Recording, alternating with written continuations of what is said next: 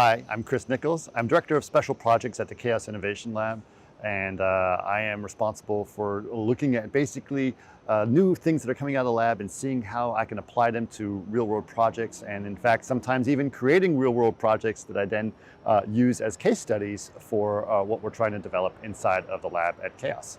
We're very excited to be at SIGGRAPH here 2025 because 2018 is actually the first time that we introduced Vantage, which is our real-time ray tracer. That was the first time that NVIDIA had introduced the RT cores onto the NVIDIA GPUs. So in the 7 years that we did that, a lot has happened, and we're very excited about what the world of real-time and ray tracing has done for us and for our products. And that's what we're basically showing today. So just a quick rundown on what those different products are. Vantage was the evolution of what we showed back in 2018. It is a real-time ray tracer. It is fully ray traced. There's no rasterization that's done whatsoever.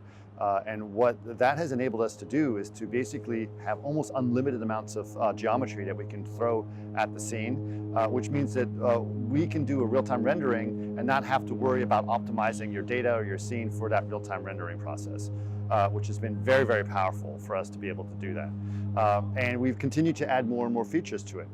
Vantage is a standalone application. However, it does live link back to your 3D application. So if you're in your 3D application, be it 3ds Max or Houdini or Maya or Blender, we can just link directly to that through live linking. So you can use it as a viewport inside from what you're doing in your application. One of the things that we are announcing here at SIGGRAPH is that we're going beyond that, and we're actually adding a Vantage as a Hydra delegate, which means it goes directly in the viewport in your DCC application. So for example, in Solaris, you can just open up a Hydra delegate of Vantage and be able to see a live, fully ray traced view of your scene that's running there. So that is super, super exciting.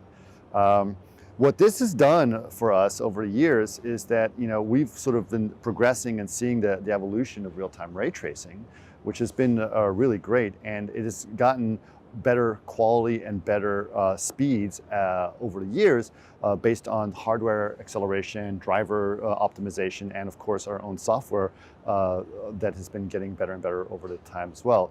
And what we have been able to do is, there was a moment in 2023 where we were able to introduce the new DLSS, which was DLSS 3.5 at the time. And DLSS 3.5 has allowed us to use something called ray reconstruction, which is a denoiser specifically built for path tracers. And it essentially gave us a very clean image, much higher resolution because of the upscaling as well, in real time. And this sort of opened up the door for us. This was the moment that I personally have been looking for a long time, because I have a massive amount of interest in virtual production. And so because of that, we started to think about what was needed to do virtual production. At the time, a lot of people would have to go to a game engine to do their virtual production. They would take all the assets that they'd built in whatever application. They'd have to convert the data to work for a game engine, sometimes spending weeks and weeks optimizing it to be optimized for real time, creating levels of detail, or sometimes even baking lighting, etc., just to be able to get the quality that they need in real time with rasterized rendering. But when we saw what we could do at the speeds that we were able to do it with ray tracing, we decided, well, what do we need to do to think about virtual production? Specifically, we were looking at in-camera VFX or LED walls, as a lot of people tend to see it. And we developed something called Chaos Arena. And essentially what Arena does is to take multiple instances of Vantage and distributes it across the wall on the multiple nodes and synchronizes the data so they're all rendering simultaneously. It just looks like one giant single render. That was step one. Step two was we integrated a camera tracking so that we could take different camera trackers, be it Stipe or OptiTrack or Vicon or anything, even some of the free protocols such as 3D, etc., and added those to Vantage so that we could essentially track a camera and we'd render out the viewport that was out there. And that was a big deal to be able to do that, because the frustum allowed us to basically have the fundamentals of what is necessary for that kind of virtual production, distributed rendering as well as a frustum render. And that was the beginning of Arena. And with that, because I'm in the lab, just as I explained, we decided to produce a short film. And I made a short film called Ray Tracing for the Win that came out in 2024 and allowed us to really look at using this in production and seeing all the benefits of it. We saw huge amounts of benefits, one of which was the feedback we got from someone from the wall is that it didn't crash for 3 days, and this was a beta project, so that was kind of an interesting thing that we'd had a very, very stable product. A lot of times stages budget for crashes for an hour and a half per day of their time on the wall is they know that it's going to crash. So the fact that we were able to save that much time on a virtual production stage is a huge thing. But beyond that, it was a really great experience, and we continue to develop on that.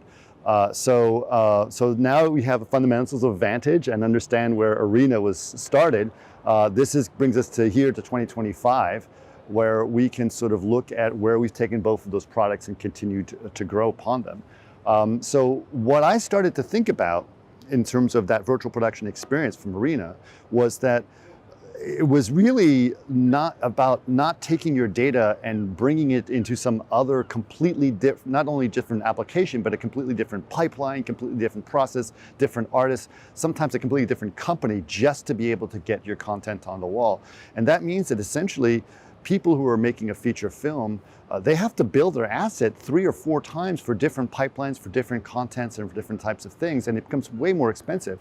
We started thinking, what if we just work with the artists or with the filmmakers more specifically and have one asset that just continues to grow with you throughout the life cycle of your film production, from the earliest concepts to the previs to virtual production all the way to post-production and visual effects. So if you have one asset that moves across the entire thing, that's the fundamental thing that is necessary to essentially just make the film experience smoother, but also significantly cheaper. So to me, that was really the important thing that we needed to look at. And that all starts with USD. So USD and MaterialX became the foundation of what we wanted to look at and how we were going to be able to make this work. So now inside of Vantage, we support USD natively, as well as MaterialX. In the past, in order to get your content from your DCC application to Vantage, you would export out a VR scene file, which is possible if you have V-Ray on any application. But if you don't have V-Ray and you want to try something different, you can now. You can just export a USD in MaterialX. So if you're using any other renderer or any DCC that can export USDs in MaterialX, we can import those directly inside of Vantage, and allows us to basically continue that workflow in a very, very smooth way. So that's the first part of what we were doing, and that's fundamental. We also started to explain to people that we have a lot of stuff going on with previs as well. There's a lot of tools we can do with previs. I started to explore it myself in terms of the workflow that's happening in previs, and I'm basically allowing people to put their content in previs with their USD format, and then take that previs, the same thing that they've been doing to check everything, and go right to Arena and be able to continue to grow Arena with the same kind of assets. We even support Gaussian Splats now, which is something that a lot of people are very excited about. So that is also being added to the system that's been enabled to us. And then that same asset can continue to grow all the way to your visual effects pipeline as well. So it just becomes a much smoother experience. There's tons of new features also that are available in Vantage and Arena, including VDB. So now we support volumes and fire and smoke and all those different things as well. And we've added more features in terms of our integration with other applications inside of Arena. So we've done stuff with live effects, where we're able to incorporate different ways of rendering spherical renders to put into lights. So we've been using the mimic lights and being able to project our HDRs back into it in live from Arena.